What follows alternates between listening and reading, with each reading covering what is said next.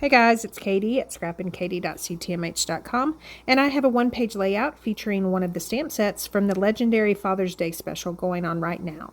So here is a look at the stamp sets. Now, this one that I'll be using today is called Someone to Look Up To. And then you guys might have seen my other video using the legendary Father's Day stamp set with these cute little icons. So for this layout, I got inspiration from one of the cards that I made on a process video last week. And so I wanted to replicate this shirt onto a layout and use it as a mat for that stamped image in the Someone to Look Up To stamp set. So I've pulled out my mix-in paper collection. Now this is the current mix-in for the May and June 2020 catalog from Close to My Heart. Here is a look at the lovely patterns. Now this peach stripe one is one of my favorites, so I'm going to try to use that. And then we've got a couple of other ones. Now you get 6 sheets of B&T. Now they are double-sided, but they are meant to work with the other paper collections that Close to My Heart has in their current catalog.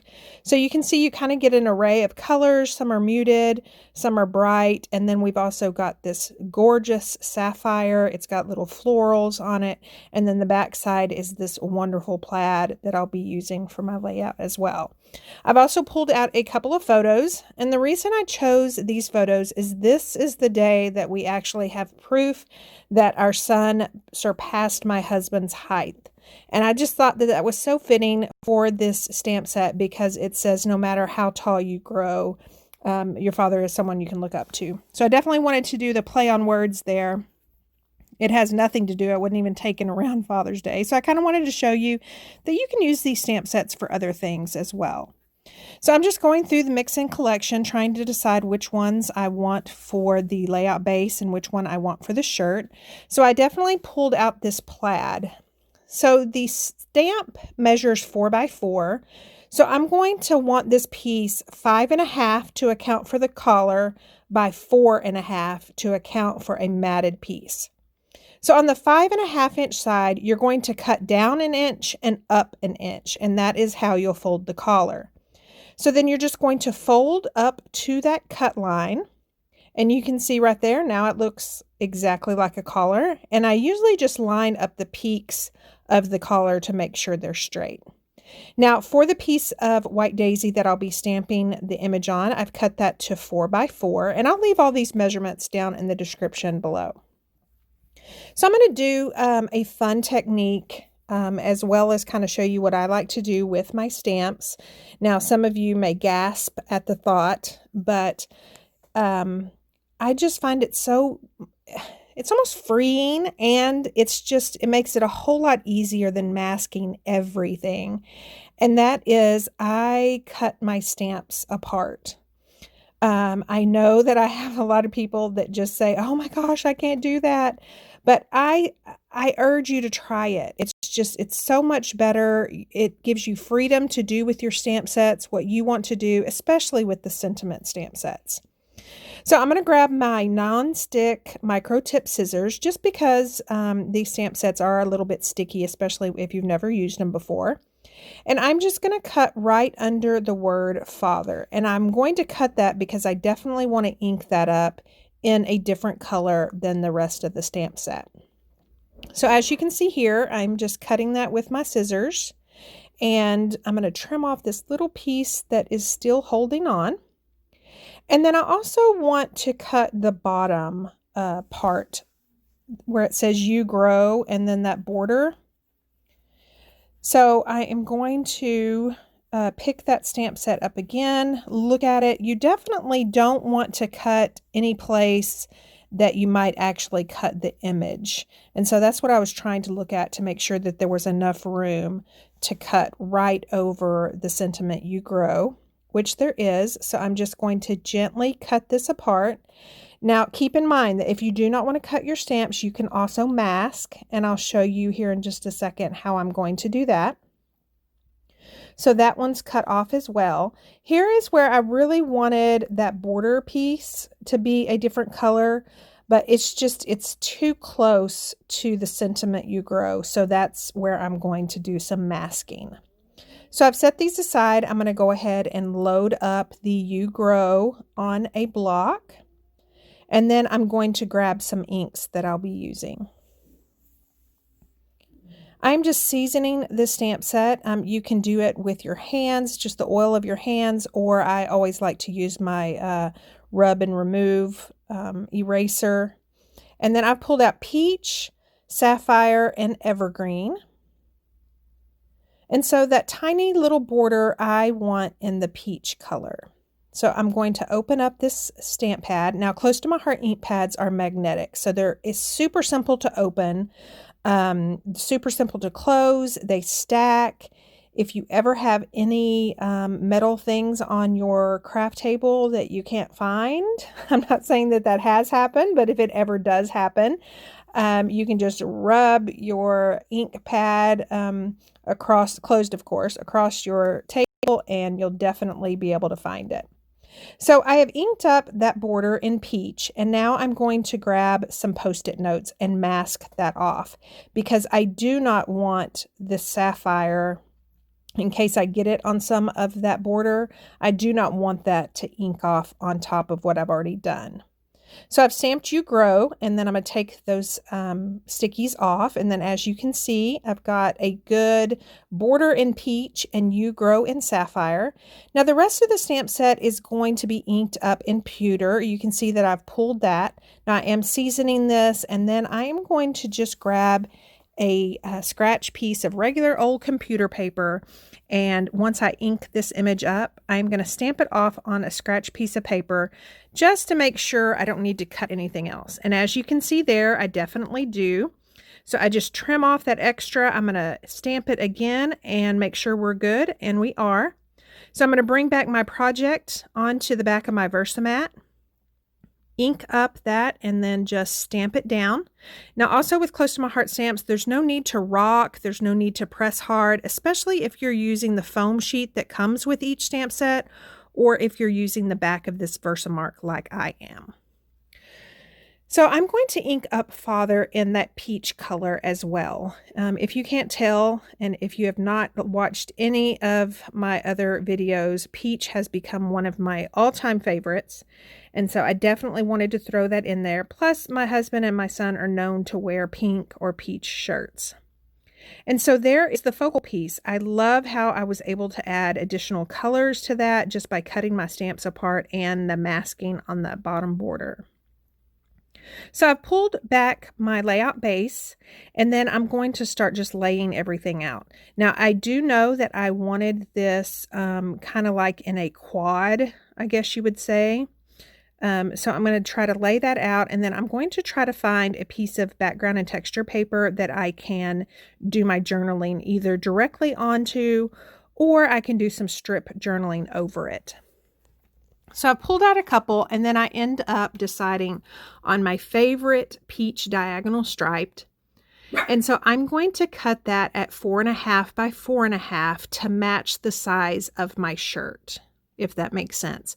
And then my photo place cards. My photo place cards are 4 by 4. I apologize for my dog there. So I am just trimming down these photos, putting them on there, and then trying to see if I can trim them down even more to use that photo place card as a mat.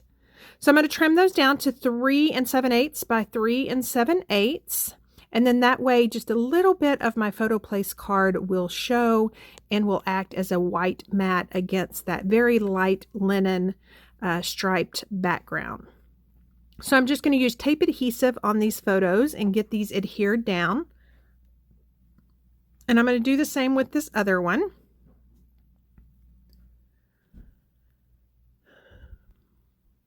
And then I'm going to kind of play with placement again. Now, I did decide to go ahead and just use regular tape adhesive on this shirt detail. I was thinking about using 3D foam tape, but I just decided the collar has enough dimension as is. So now I think that I want to cut this piece, make it smaller, and then that way I can have a bolder frame around this, I guess. So I've cut that down to 10.5 by 10.5, and I kind of made sure that all my photos would fit nicely without being too cramped. So I'm also pulling in a piece of stitched together that I'm cutting right here, and then that star background is from the Aurora line. Now, since the stitched together will not be seen, I've cut just a frame around it by lining up my cutter at 1 inch and cutting up and stopping at 1 inch when it's left. And then that way that frame will pop out and I can save all of that inside that's not seen. I did decide to use my pewter ink and a sponge dauber to just sponge around this linen background and texture paper just to kind of give it some pop.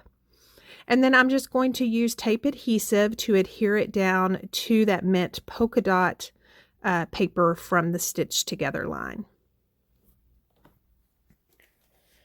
So I've got that adhered down, and then I'm just going to trim it off. I got it kind of crooked, so I'm going to trim that up to make it all even, and then I am going to add some adhesive to the back of that and adhere it down on this gorgeous constellation paper from the Aurora paper packet.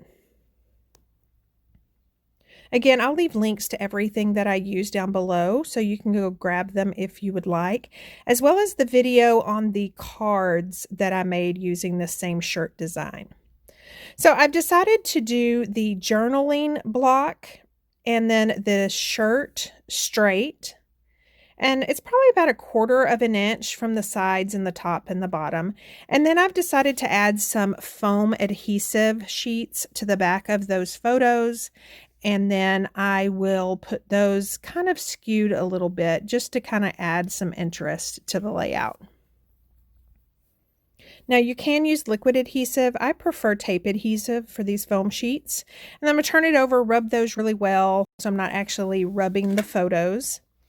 And then I purposely left a little blank where it was not adhered up at the top so I could maybe hide some journaling. And then one of the tabs from the Tags and Tabs Thin Cuts, it is one of my favorite. I want to put the date right there. So I'm going to pull out some peach cardstock, go ahead and cut that off camera. I decide not to go with that white tag. And then I'm just going to tape down that cute little tab behind their photo at the top right. And then I am going to go ahead and grab some of these white acrylic hearts. Now, I love these acrylic hearts for a couple of reasons. Number one, they're bulky enough to add a lot of dimension.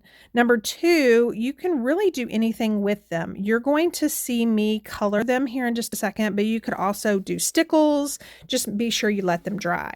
Now, to color them, you do need to use an alcohol marker. Now, we do not have a tri-blend marker that matched or even came close to the sapphire, so I'm using one of our older Shinhan markers. But any alcohol marker will work. And you also want to use tweezers or something, that way your fingers don't rub off the marker that you just put on. Now, much like paint, alcohol markers, if you keep on going over and over them when they're wet, it just takes the color off. So you want to let it dry a little bit, and then you can always add extra coats like I'm doing here. So I'm going to have one on the actual photo of the guys at the bottom, and then I am going to stamp my date before I put that other acrylic heart on. So I am just using my, I don't even know where I got this stamp set, but I'm using it inked up in sapphire to put the date. I didn't get it quite right, so I am going to use a pen to come back and fill in the date portion. And then I just like to use liquid glass to adhere those hearts down. I'm going to add some thin 3D foam tape to the back of the collar to kind of add some dimension, and then ruffle up those ends as well. Now remember that this special is good only through the end of June 2020 or while supplies last. You can purchase these stamp sets individually, or you can purchase them as a bundle, which is the best savings. Don't forget to grab the dimensions for this layout down in the description below. Thank you so much for stopping by and watching. If you liked what you saw, please give me a thumbs up and leave me a comment. And as always, please consider subscribing and signing up for notifications by hitting the little bell by the subscribe button. That way you'll be alerted each time I post a crafty video.